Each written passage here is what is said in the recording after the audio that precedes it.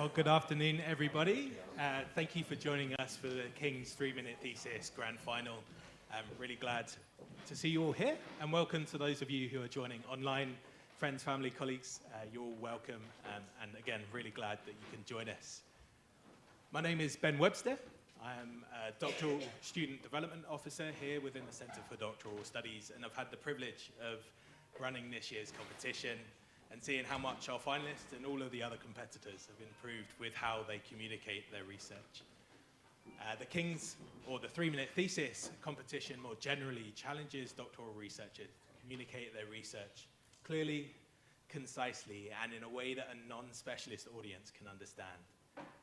Our finalists, our 9 finalists, have challenged themselves to communicate and take what would ordinarily be summarized in tens of thousands of words, accompanied with many a figure and data point and quote from participant, and summarize that in 3 minutes. And that in itself is a fantastic achievement, so well done, guys. And so how is today going to play out? So our 9 finalists will deliver their 3-minute presentation, accompanied by a single static slide, and then our judging panel will judge each presentation on 3 main criteria. So in other words, what they say, how they say it, and how they use the visual aid of the PowerPoint slide to complement and enhance what they're saying. Our judging panel will then decide upon their judge's choice winner and judge's choice runner-up. They will win some money, and will also, the judge's choice winner will go on to represent King's at the national competition later in the year. You, as our audience, will also have the opportunity to vote for your favorite. So do pay attention, listen, and think about which ones inspire you, which ones pique an interest, ones that spark your imagination. And then vote for your favorite afterwards. We'll share the link in the YouTube chat, and we'll share a slide which will give you the opportunity to vote. So before we get started, I'd like to introduce to you our judging panel. So we've got Nigel Eadie, who is our Director of Research Talent here at the Centre for Doctoral Studies. We've got Anna Keller, who is a Senior Lecturer in Law within our Dixon Poon School of Law. We've got Daphne Fenchel, who is a Research Associate in the Department of Forensic and Neurodevelopmental Sciences. We've got Peter Gallivan, who is an Outreach Support Manager within the Faculty of Natural, Mathematical and Engineering Sciences. And finally, we've got Lena Kramer, who is a current PhD student in the Department of Political Economy, and also a finalist from last year's competition. So thank you, judges. And without further ado, I'm going to stop talking, and I'm going to invite Andi up, our first finalist.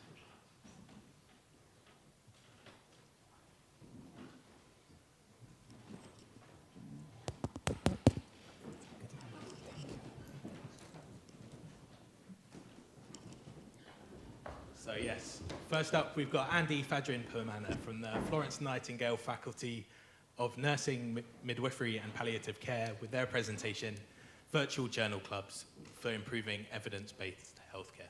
Whenever you're ready, Andi. In the world of healthcare, every decision should be based on the 3 main considerations. First, the preference from the patients. Second, the considerations from the practitioners, and the third, from the value from the patients. This is called evidence-based healthcare. I'm sorry, can I just repeat once again? Oh, sorry. Evidence-based healthcare started when you have to do some clearly definitions, like when you want to take something decision in your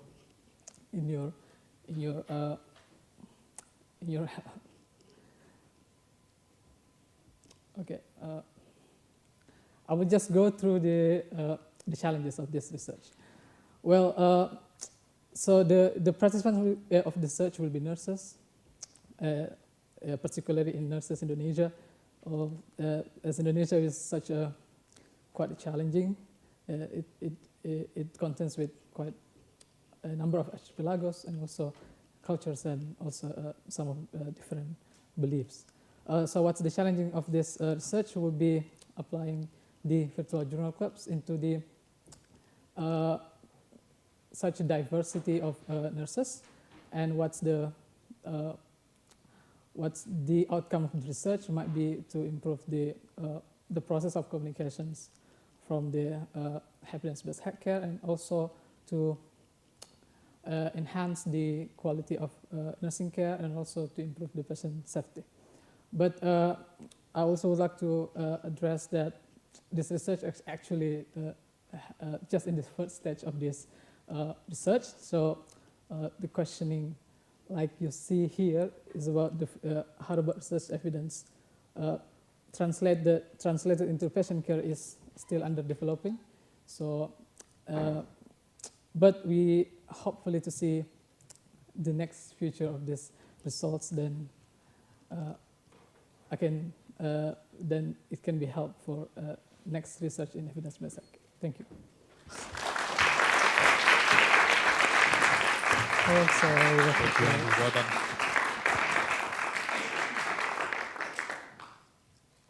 So next up, we've got Beth Gallimore. Alex will mic you.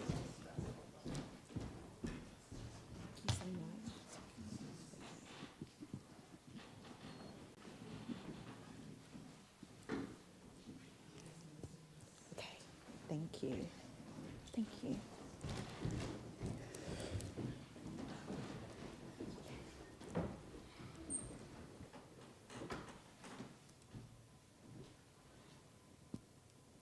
So yes, we got Beth Gallimore from the Institute of Psychiatry, Psychology and Neuroscience. Their presentation, Voices of Barbados, Lived Experiences of Mental Health Stigma and Help Seeking Amongst Young People. Whenever you're ready. Thank you.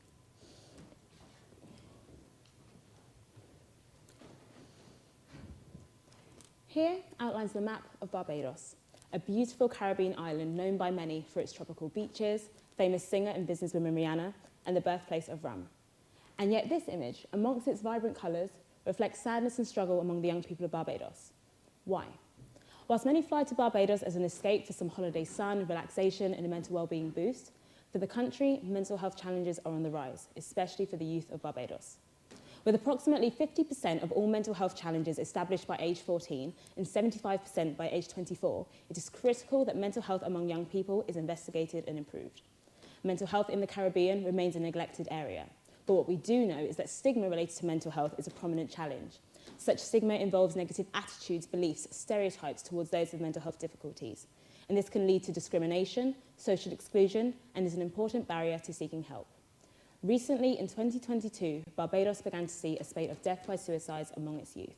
This further increased the country's attention to mental health following COVID-19, supporting the urgency and importance of my PhD research. My name is Beth Gallimore, and my PhD project is the very first in Barbados to explore the lived experiences of mental health stigma and help seeking among young people. I conducted 28 interviews with young Barbadians aged 18 to 24, diagnosed with a mental health condition or self-identifying as having experienced mental health difficulties. These interviews captured participants' demographic characteristics, mental health symptoms, and also their experiences and opinions of stigma and help seeking. I also explored how COVID-19 impacted both their mental health journey and how mental health is viewed in Barbados. Currently, I'm analysing the data, where the results shall reflect the experiences, thoughts and challenges faced by the young people. Some of the preliminary findings have raised the importance of culture, religion, gender stereotypes and generational trauma. Importantly, the strength of the parent-child relationship has appeared to heavily influence the amount of stigma an individual internalises and the degree of willingness or resistance to seeking help, particularly professional support. So let me draw you back to this slide. Some individuals are receiving comfort and support, whilst others are in isolation. My interviews reveal that many young people are continuing to struggle alone with no one they feel comfortable to talk to. In fact, some participants commented that they found speaking on their experiences helpful and also healing. So whilst the wider goal of my research is to contribute to the knowledge, understanding and improvement of mental health in Barbados, I sought to give a voice and provide a safe space to the young Barbadians who deserve to be seen, heard and supported. Utilising the insight gained from their voices, I plan to develop a collection of online resources tailored to supporting the unique needs of young people. And this will include tools to promote healthy conversation around mental health between parent and child. I believe this research is a big step in the creation of long-lasting, meaningful change for the health and well-being of not just the young people of Barbados, but the community as a whole, now for the generations to come. Thank you.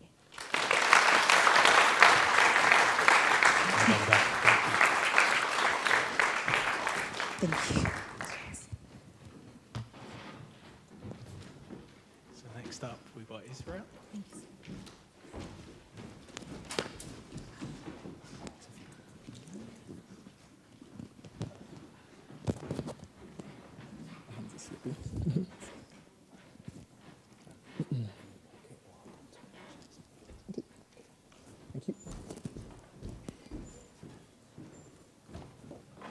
So yes, next up we've got Israel Shitta from the Faculty of Natural, Mathematical and Engineering Sciences with their talk, Explainable AI.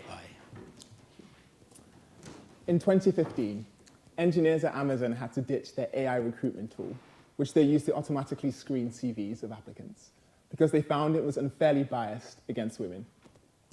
In 2016, a famous investigation accused Compass, a widely used algorithm in the US court system, of being racially biased against black people. So what's going on in these cases and the many similar ones like it?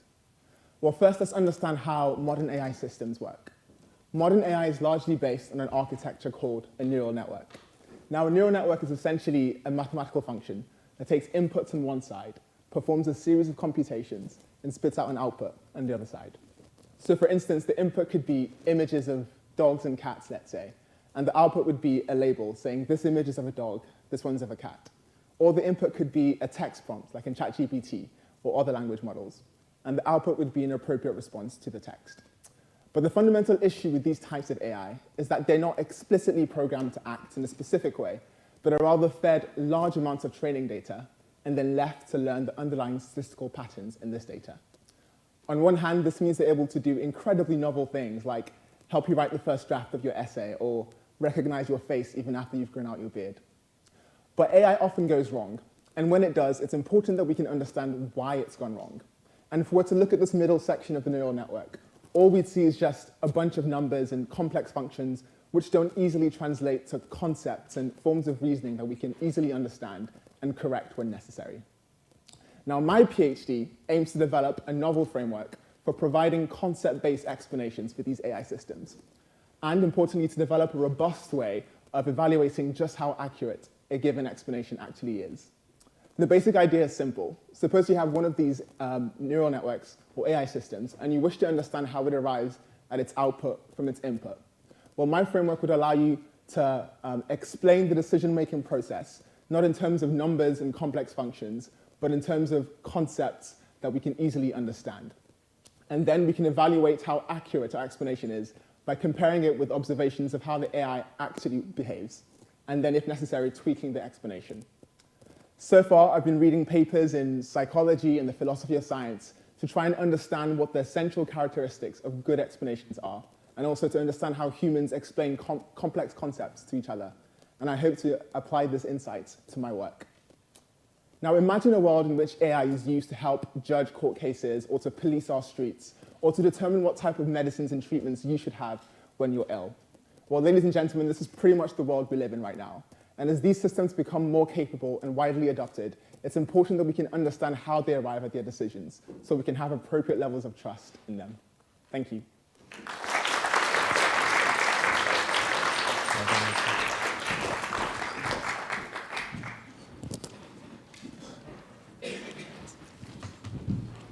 So next up, we've got Marissa.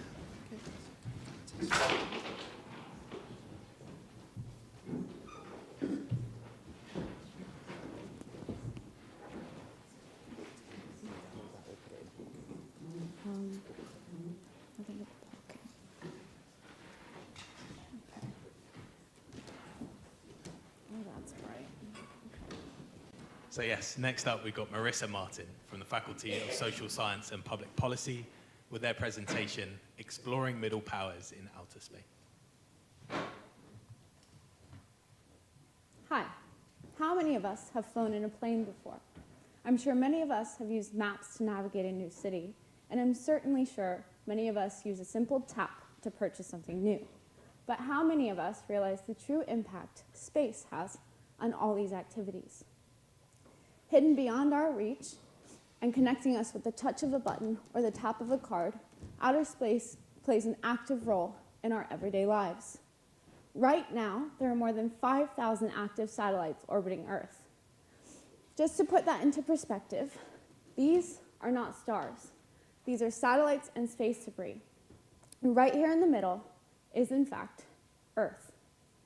Now, I'm sure many of us never realized just how reliant we are on outer space in our everyday lives, but it's something we must pay more attention to.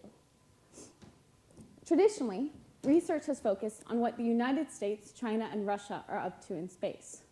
But middle powers are important too, and they play an integral role in how we shape our world order.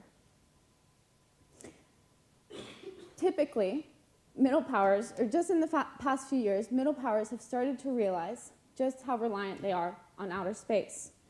Just think about it. No internet, no TV, no phones, no planes, no ATMs, no communication as we know it, and no communication on the battlefield. Now, in April 2021, the United Kingdom formed Space Command. Australia and Canada followed just a year later.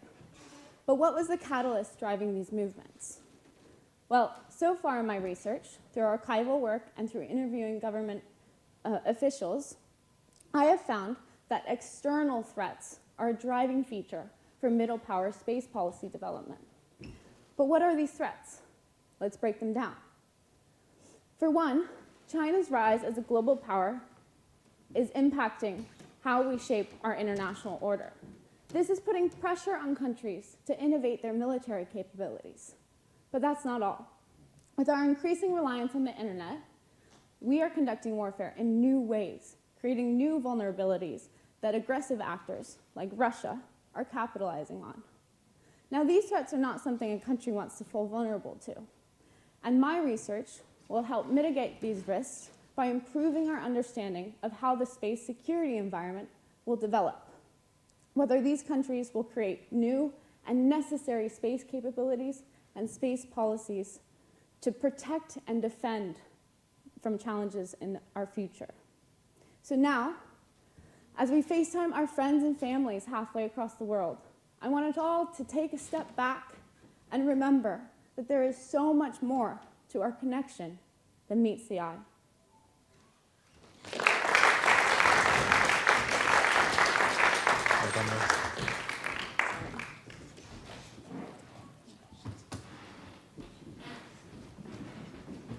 So next up, we've got Misha.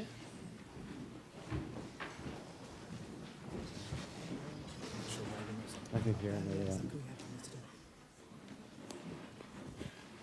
Thanks so much. Maybe I'll put it in the back pocket. Thank you so much.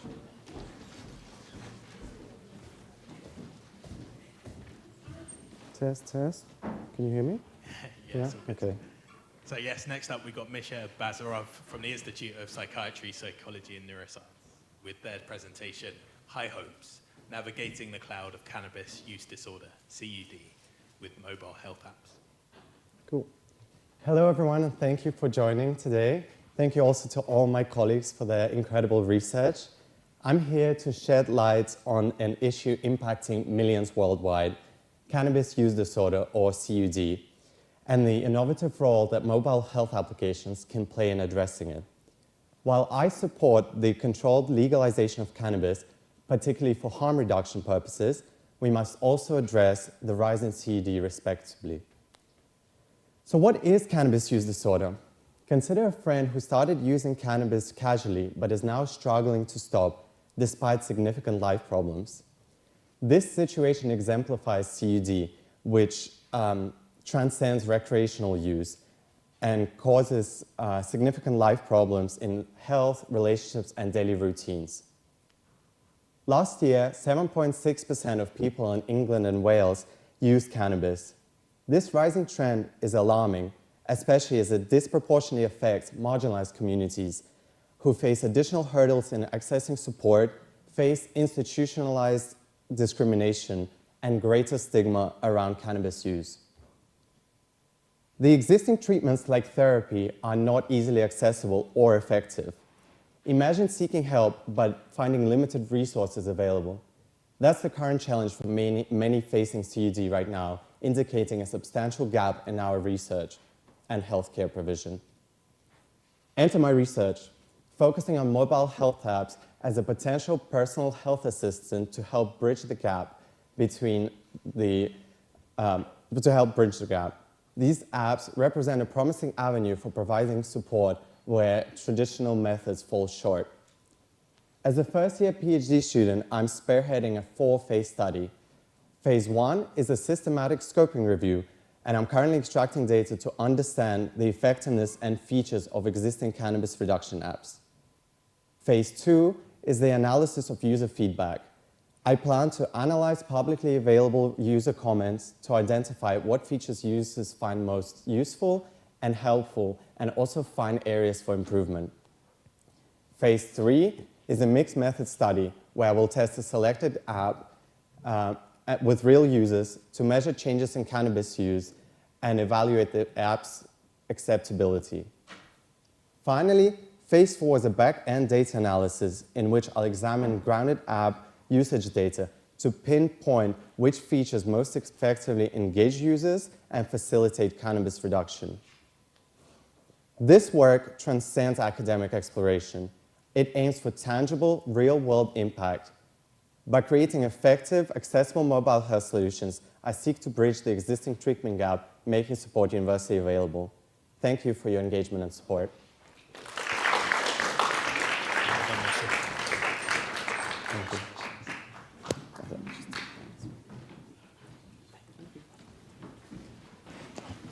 So yes, next up we've got Obianuju.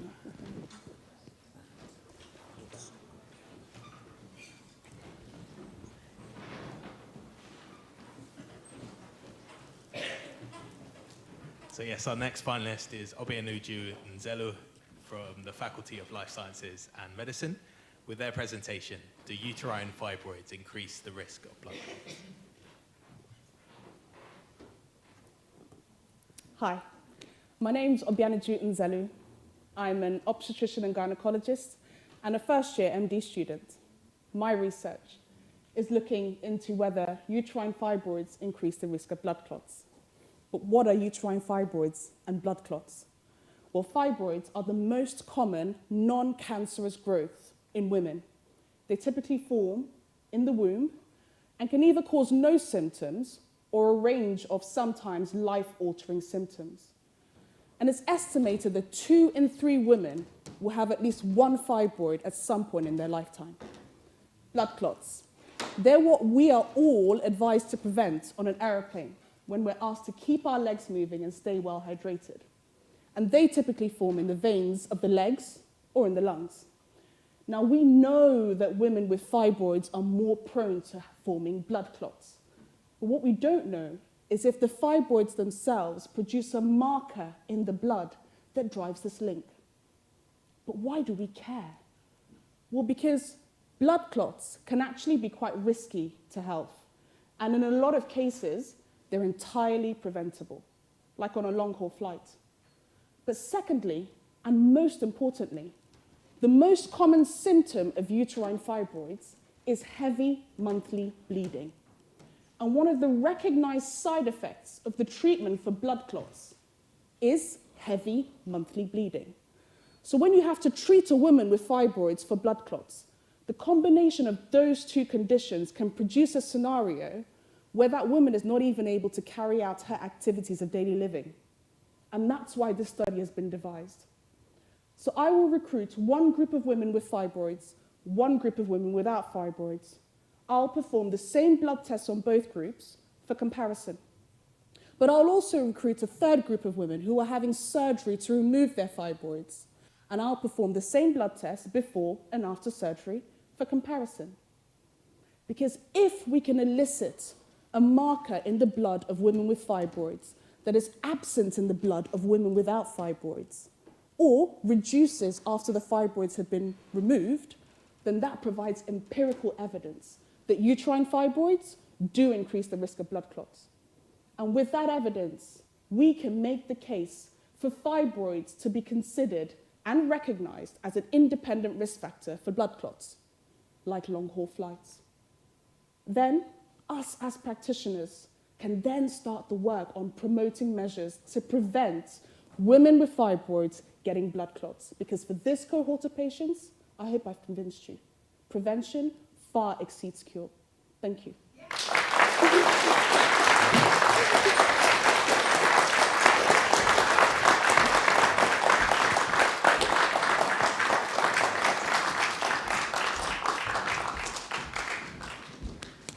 So next up, Olivia.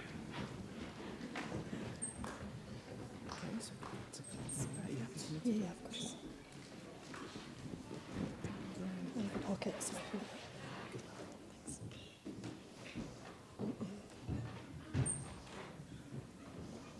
So yes, next up we've got Olivia Paulin from the Faculty of Dentistry, Oral and Craniofacial Sciences with their presentation, Are We Ready for the Next Pandemic? I'm sure the COVID-19 pandemic is something we all wish will never happen again. But the question isn't if it will, it's when. As an infectious disease scientist, I study how microbes work at a molecular level and how they interact with human cells to cause infection, to hopefully better guide us for future pandemics. I'm sure you've all seen The Last of Us, a hit TV show depicting the world post-fungal pandemic, where people turn into zombies. I don't think this is an imminent threat, but I certainly think fungal infections are. Fungi are really cool and diverse. You have the useful fungi that make penicillin, but then you have the dangerous fungi that cause life-threatening infections.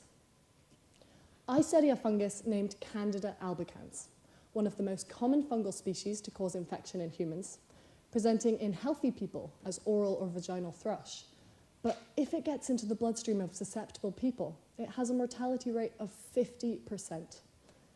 This unacceptably high number is a reminder of the current limitations in antifungal treatments and increasing rise in resistance. A unique feature of Candida albicans is that it's a shapeshifter. On the screen, you see at number 1, it switches between a round and filamentous form, where it then adheres and invades into human cells and releases a toxin named candidilysin, which damages the cell and triggers the immune system. These 3 components, which we name virulence attributes, are all important for infection, but whether to an equal extent and whether they act together or independently is what I'm trying to find out. To do this, I'm using CRISPR, a gene editing tool to delete the genes that encode for these 3 attributes, both singularly and then in combination. And I'm now ascertaining how each additive deletion impacts infection. What I found is that when you delete the individual genes, there's a significant reduction in cell damage and immune activation. However, when you delete all 3 genes together, so that's for filamentation, adhesion, invasion, and toxin release, there's even less damage and less immune activation, showing a cumulative effect of these virulence attributes. In a bloodstream model of infection, the triple deletion reduces mortality from 100% to only 50%, which is lower than 2 out of 3 of the single deletions alone, showing more deletions infers more protection. Overall, this data shows that these virulence attributes act in concert to drive infection, which can help us develop new treatments like vaccines, as we know that these are the specific attributes that we need to target. This will give us the tools we need to ensure we're ready for the next pandemic. Thank you.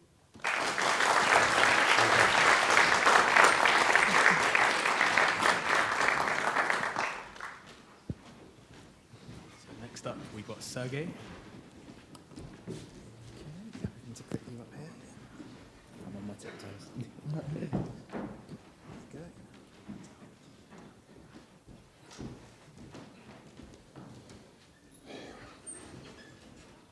So our next finalist is Sergei Katsuba from the Faculty of Social Science and Public Policy with their presentation, Decade of Violence, How Authoritarian Regime in Russia Instigates Hate Crimes Through Discrimination.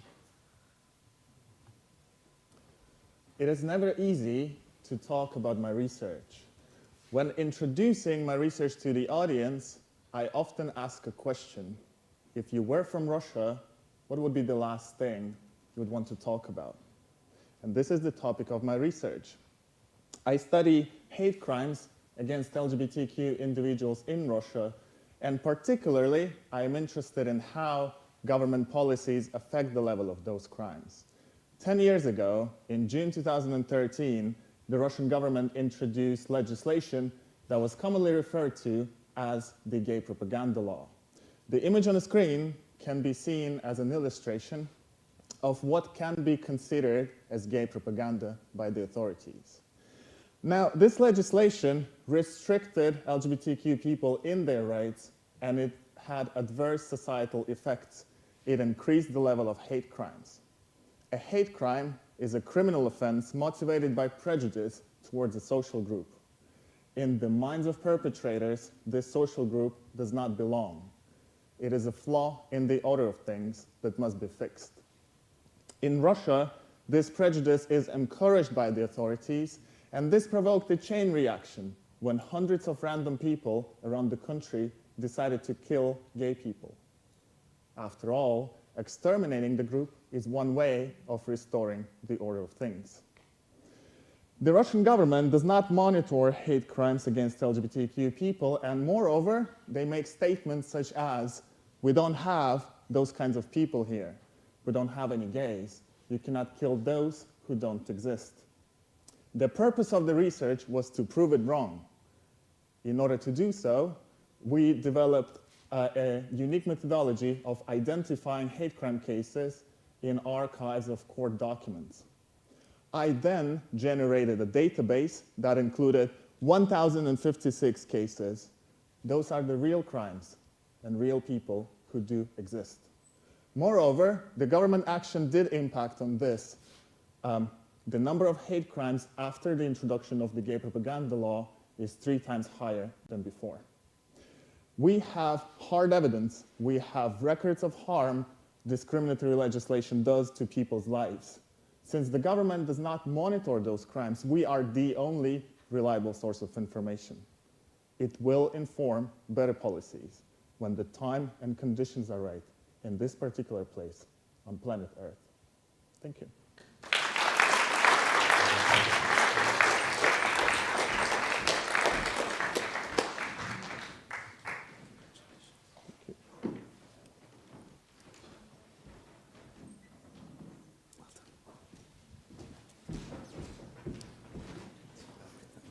Yeah, sure.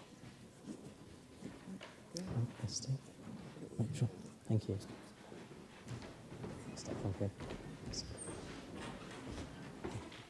And last but not least, we've got Syed, Alhafiz bin Syed Hashim from the Faculty of Life Science and Medicine with their presentation, Cracking the Code of Breast Cancer, Empowering Our Immune Response to Reveal the Hidden Hideouts. Imagine yourself happily married with a young child when all of a sudden breast cancer becomes a death penalty. This story resonates to 2.1 million in year 2020 and will be a story of 3.1 million in year 2040 if nothing changes. Well, you might be wondering, why is it so difficult for us to treat some of the breast cancer? Well, it's their complexity and the ability for them to hide from the immune responses. Well, think of the breast cancer cells as an organized group of criminals that building a fortified hideout complete with a staff security, as you can see in the right bottom of the slide. These make them invisible from the police detection. Well, to fight back, our body then hire a special detective called dendritic cells that will go on and search for the evidence for the cancer whereabouts in the form of cancer antigens. When found the evidence, we will then bring that piece of evidence to the police academy and then train the police force, the T cells, so that they can then be sent out to then kill the cancer cells. But then again, it's not that simple. Here's the catch. The criminals are actively recruiting new members and at the same time upgrading the hideout. So what can we then possibly do to help our poor detective cells? Well, like probably Sherlock Holmes having his trusty friends, Dr. Watson's. How if we can then send out the drones carrying a specific molecules and then drop that material down to the criminal hideout, forcing them to release a specific signals that can enhance the accessibility and also the visibility to the evidence. This is exactly what I'm doing during my PhD.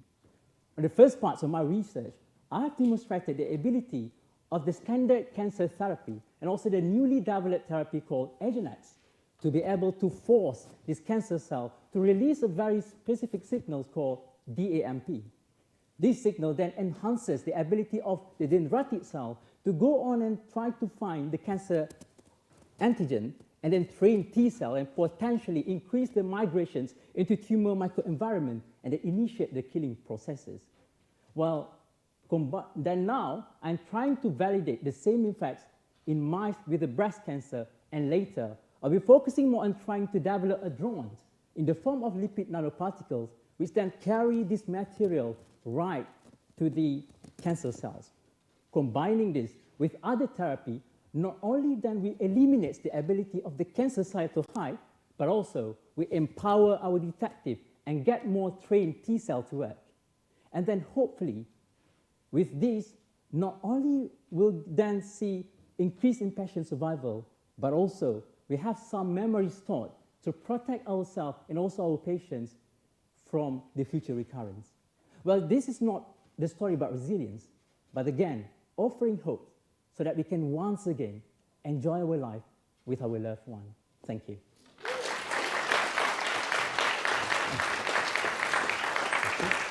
done, Syed.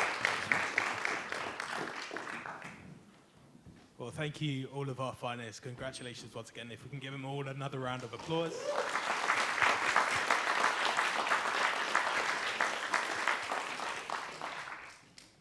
Here is a quick reminder of our finalists. You will now have an opportunity to vote for your favorite. I will leave that up for a little bit. Before then, we move on to our voting slide. So hopefully, for those of you joining online, the link will be shared in the chat. And then hopefully Ed from behind the scenes will be able to block it. I don't know, Alex, if you can block the.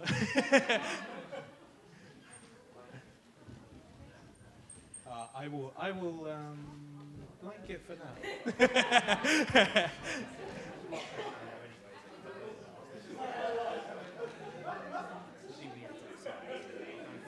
I know what to do.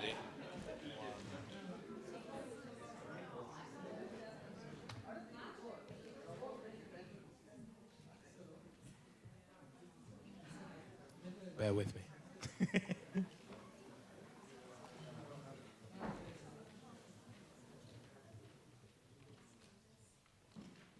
Tech issues. We're getting support. It's fine. It should be a QR code.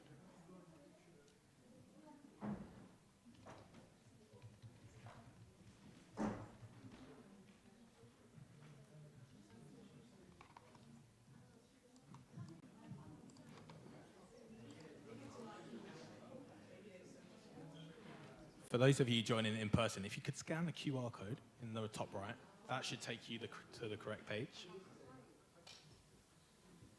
And then hopefully it will show the correct thing rather than just the map. We're winging it here, it's fine. You can just press skip and it should be fine.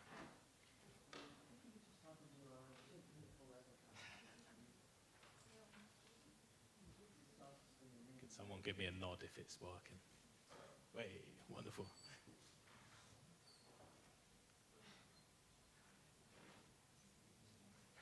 I'll give you a bit of time to vote. And as you are, I'd just like to thank again our judging panel for joining us and for voting. I wish you the best of luck with picking a favourite and your runner-up. Thank you once again to our judges for our finalists for joining us. You've done a fantastic job. You should be proud. Well done. And I'd also like to thank you all for joining. I hope you enjoyed it. I hope you found it insightful to get a sense of the breadth and depth of research happening here at King's. Please do place your vote. It will close relatively soon, so do get your votes in. Hopefully the link's working. 82 people have voted. Yeah, we managed to figure it out with the QR code, so it's all good. So with that, I will bring our grand final to a close. Yes. The reception. Yeah, for those of you who are joining in person, you're more than welcome to join us for the reception afterwards up in the Franklin Wilkins restaurant, where there will be food and drinks if you would like to join us for that. And also we'll announce the winners for the judges' winners and runner-up and the People's Choice Award winners as well at that. And there will also be some suitably average prizes for an icebreaker activity. Who doesn't want a suitably average prize? So it's literally, you don't want Anna, how can you not want an average prize? So if you go up one floor, so you can go up the small spiral staircase thing right outside, and then straight into the restaurant, and you will find us. And the food and drink has already been put out, so all the more reason to come up and join us. Thank you very much.